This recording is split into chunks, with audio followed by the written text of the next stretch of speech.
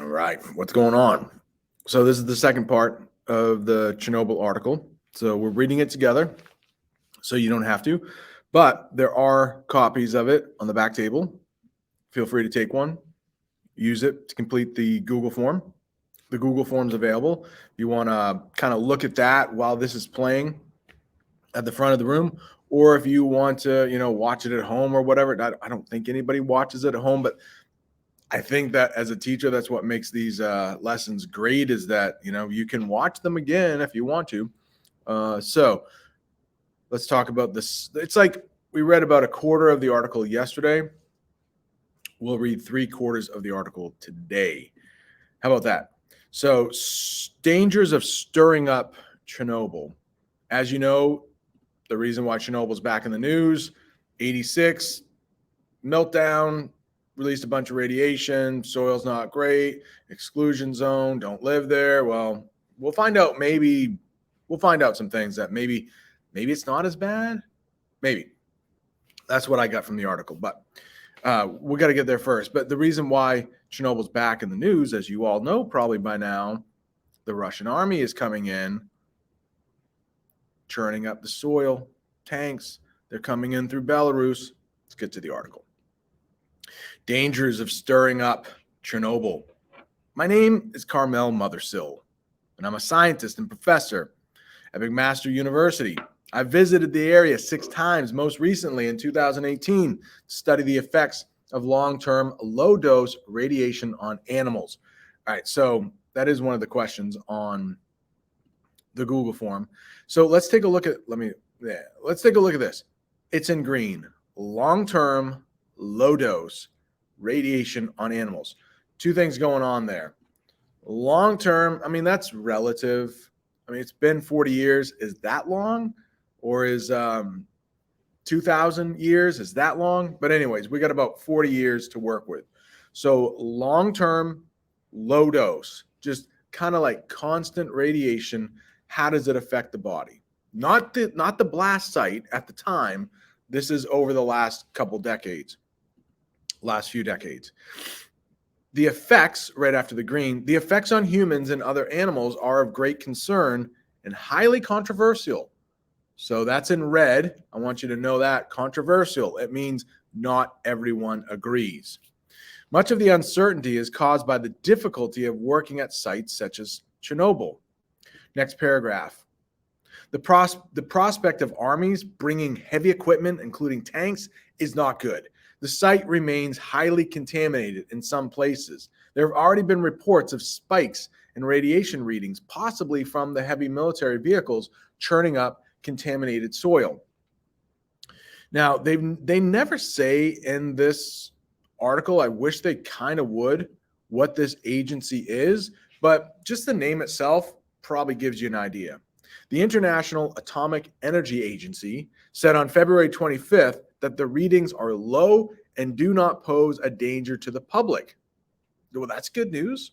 Still, with heavy fighting nearby, there is always a danger of an accidental strike on the concrete shelter that contains the radiation still leaking from the reactor core. Okay, so it seems like the area around it is not actually going to get people sick if they're fighting or whatever, but if you strike that thing with a bomb, well, we've got some problems. Russian army personnel are probably passing through the area. It's the fastest route from Belarus to Kyiv. A core number of Russian troops will likely secure the zone, much as the Ukrainian army did. Russia suffered major contamination in areas east of the reactor, and officials hope they will exercise extreme caution.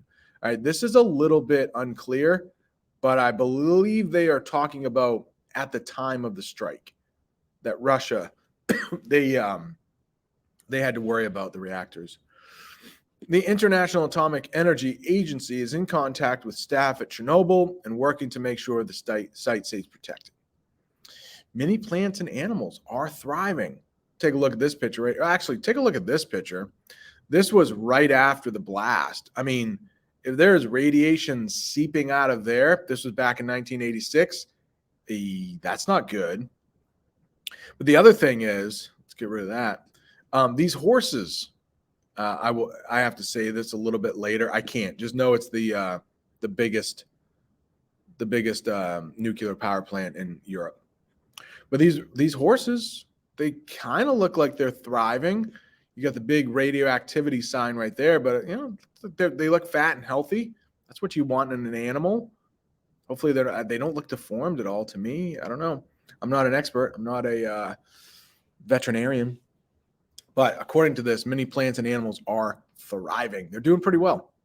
Wildlife has thrived within the zone in the absence of humans. So nobody's hunting these things.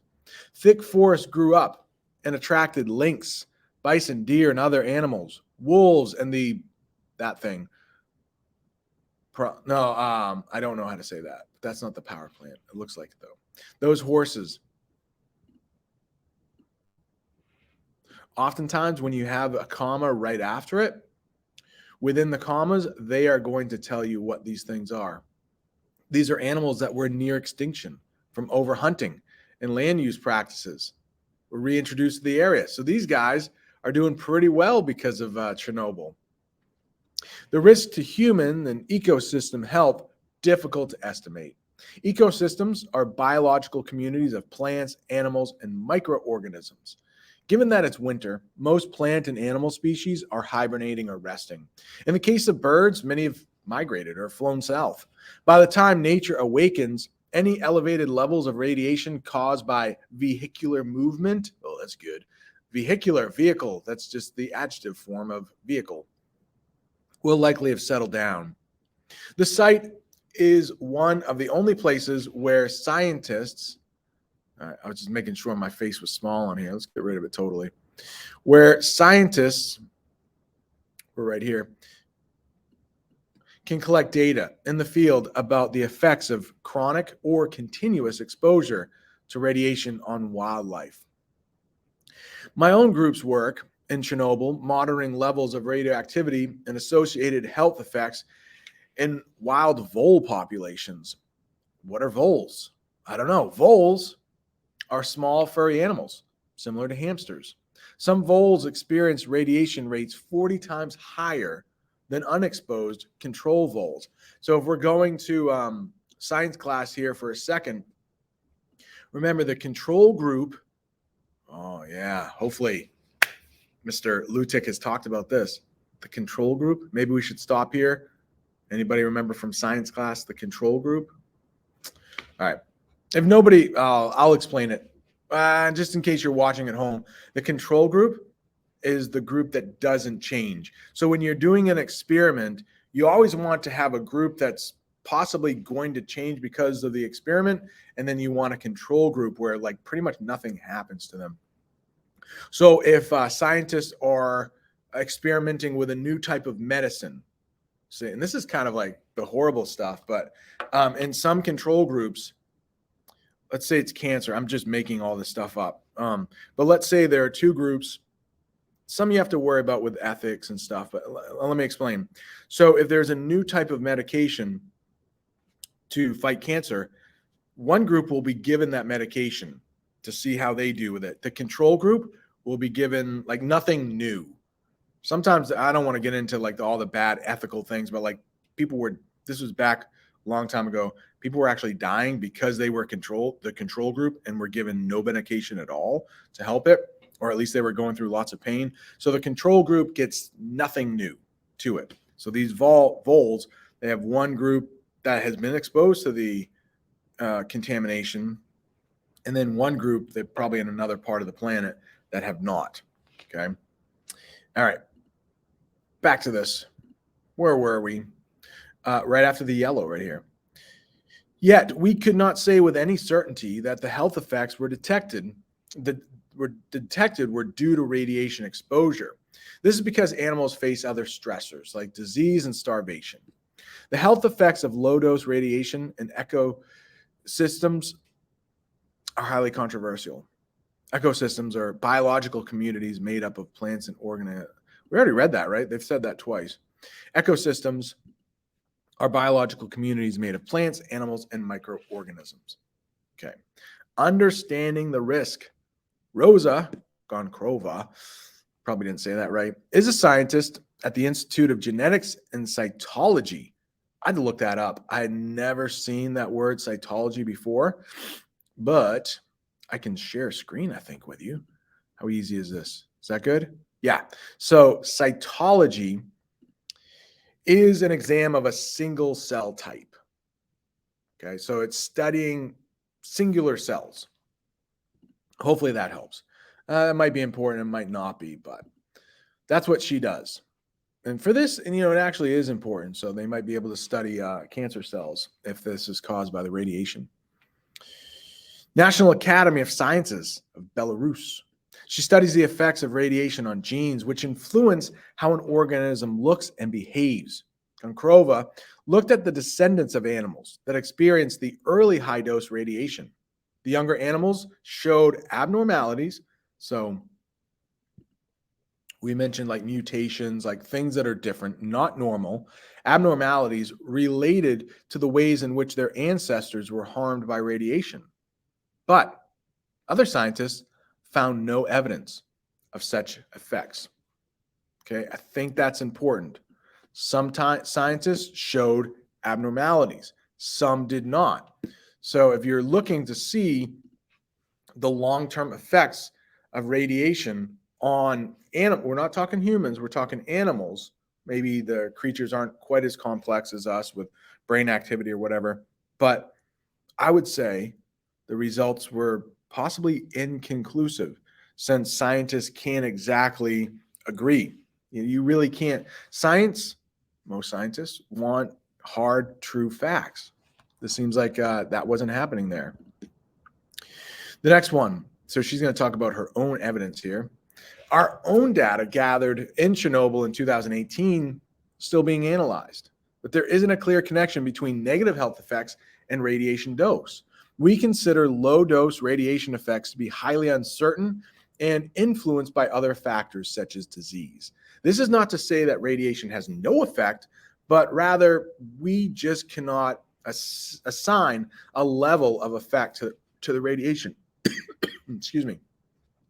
And if you saw that woman, I mean, when we're talking about science and we're talking about sample size, you're talking about the number of people that were examined. If we look at the video that we watched on, I think it was Monday, yeah. Excuse me, Class B did not watch that, but it was a woman in her 80s who was actually living, I'm not sure if she was in the exclusion zone. She was really close though. And so she seemed to be thriving. I mean, everyone around her died, but if you just think of the ages, I mean, she's like in her 80s. So that's normally, she was living a very hard life.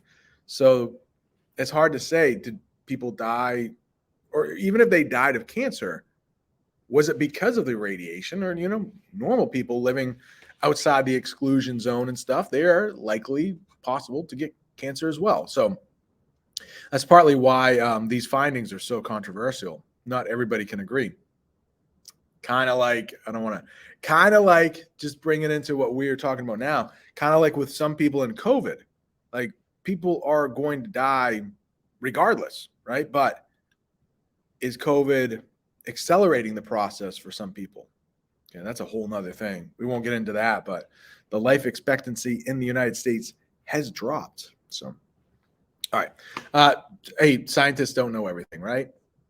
Kind of scary. The next one right here. I think we're right here. This paragraph. We're almost done. Not too much longer. Just in case you're extremely bored. How can you be bored? Come on. I bet some people are. I know you are.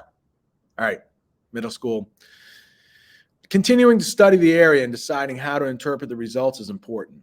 Many countries plan to expand nuclear energy production by putting small modular reactors in remote areas. So not these massive plants that we've seen in the past.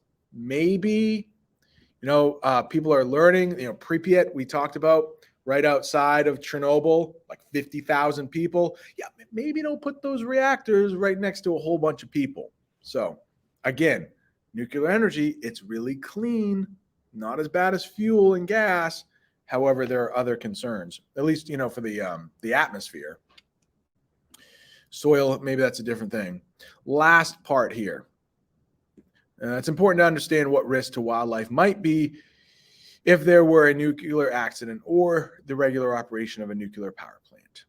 Concerns for other power plants. I have been saying in class that Ukraine has 11 in total. This article is saying that there aren't that many. There are 4. But what are the outcomes of these studies? It's important to recognize that no one can work in the Chernobyl exclusion zone without collaborators from Ukraine. They provide local knowledge, laboratory facilities, transports, and sustenance, as well as help with permits. None of us know what will happen to these collaborations, that have lasted for years. Russian control over Chernobyl also leads to concerns about the ongoing invasion. There are 4 other nuclear power plants in Ukraine. On March 4th, Russian forces gained control of, this is the one whatever. Good luck with that. I've heard it said a couple times, but I'm not even going to pretend I can pronounce that. Nuclear power plant in the city of, and I can't pronounce that one either. Sorry, Ukraine. But that's where this lesson is going on a bit long, so I'll talk about it later. All right, but I was just saying, like, sometimes you don't need to say these long names out loud when you're reading. If you're taking a test, just call it Z and E if you need to refer to it. Don't get hung up on those big, long proper nouns. It's the largest in Europe.